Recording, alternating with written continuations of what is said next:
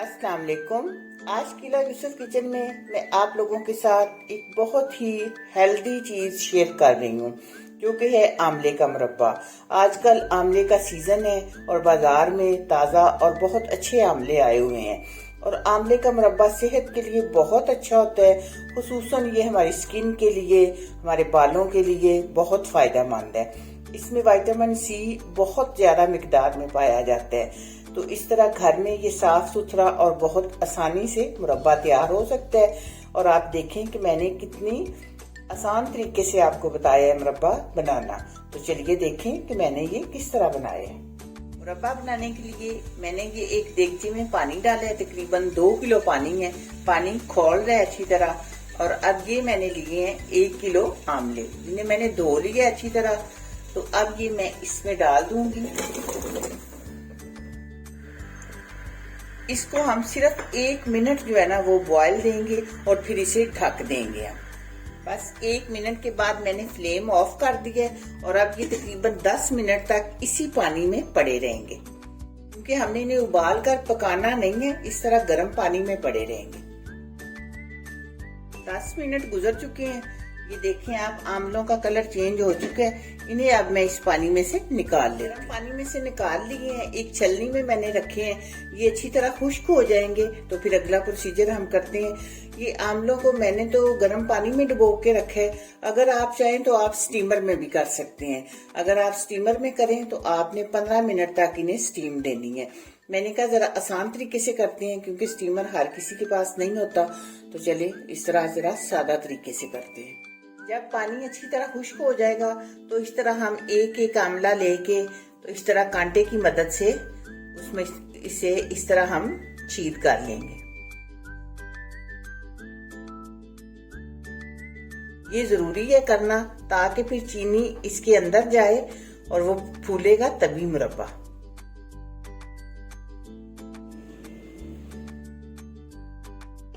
इसी तरह मैं सारे आमलों को कर लेती हूँ, तो फिर मैं आपको दिखाती हूँ। अब ये देखें, 1 किलो आमले थे और मैंने ये आधा किलो चीनी ली है और आधा किलो गुड़ लिया है। अगर आप गुड़ में बनाना चाहते हैं तो पूरा गुड़ ले सकते हैं, चीनी में बनाना चाहें तो चीनी ले सकते हैं। लेकिन ध्यान यही रखना है कि जितने आमले हों उतना ही गुड़ या चीनी होना चाहिए। मैं दोनों में बना रही हूँ, इससे जरा जायका अच्छा बने। अभी फ्लेम ऑफ है, लेकिन मैंने आमले डाल दिए गुड़ और चीनी में। अब इनको थोड़ा सा मिक्स करते हैं।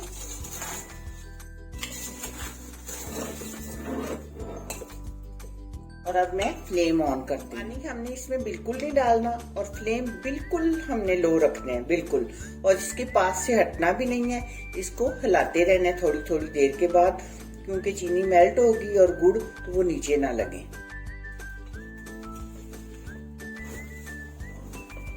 चीनी मेल्ट होना शुरू हो गई है।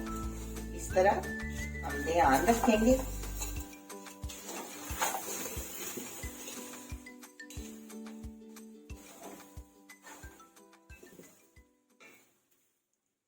देखें, चीनी अब मेल्ट होना शुरू हो गई है और इस तरह ये पतली हो रही है। इस समय हमें ध्यान रखना है कि चीनी नीचे ना लगे। ये इसमें खास ध्यान रखना पड़ता है। और इस तरह बार बार हिलाना भी पड़ता है, ताकि सब जो आमले हैं वो ऊपर नीचे हों और चीनी उनमें अच्छी तरह जाए। बस इसी तरह आराम आराम से ये पकता रहेगा। ये हमने तब तक पकाना है जब तक आमले गल नहीं जाते इसमें।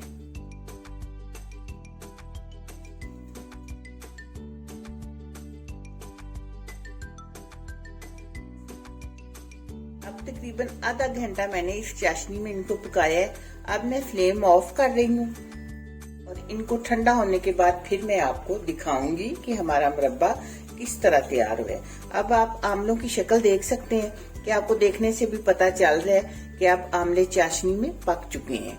ये देखिए, अभी गर्म है, मैंने हाथ नहीं लगा सकती, लेकिन ये देखें कि थोड़े थोड़े आमले खुले हुए हैं। तो उससे यही निशानी होती है जब थोड़े थोड़े आमले खुलने शुरू हो जाएं कि मुरब्बा हमारा तैयार हो गया है। तो इसलिए मैंने अब फ्लेम ऑफ कर दी है। ये देखिए, थोड़ा सा मैं आपको करीब करके दिखाती हूँ कि आंवला थोड़ा थोड़ा खुला हुआ नजर आ रहा है। अब जिस वक्त फ्लेम ऑफ की है तो मैंने इसमें ये 4-5 इलायचियां डाल दी हैं। इससे बहुत अच्छी खुशबू आएगी। अब ये बिल्कुल ठंडा हो चुके हैं। अब इसे मैं शीशे के बर्तन में निकालती हूँ। अब ये देखें जी, मुरब्बा बिल्कुल हो गया ठंडा और मैंने इसे शीशे के बर्तन में निकाल लिया है। आप भी इसे शीशे के जार में या इस तरह, अगर आपके पास बाउल है लेकिन ढक्कन वाला होना चाहिए, उसे फिर जाहिर है हमने ढक के रखना है। अब मैं आपको दिखाती हूँ, उस वक्त तो गर्म था तो हाथ नहीं लगा सकती थी। ये देखें, ये कितनी आसानी से ये खुल रहे हैं। और इसी तरह यही इसकी तैयार होने की निशानी है। जब चूल्हे पे भी आप देखें कि थोड़े थोड़े इस तरह ये खुल रहे हैं तो फिर वो मुरब्बा परफेक्ट आपका तैयार हो चुका होता है। उस वक्त फिर आप ऑफ कर दें फ्लेम, तो ये फिर गर्म चाशनी में पड़े रहें तो फिर भी ये थोड़े थोड़े हो जाते हैं। मुझे उम्मीद है कि आपको मेरी ये वीडियो पसंद आएगी। वीडियो पसंद आए लाइक, शेयर और चैनल को सब्सक्राइब कीजिएगा। दुआओं में याद रखिएगा। मिलते हैं इंशाल्लाह बहुत जल्द एक नई और अच्छी वीडियो में। अल्लाह हाफिज।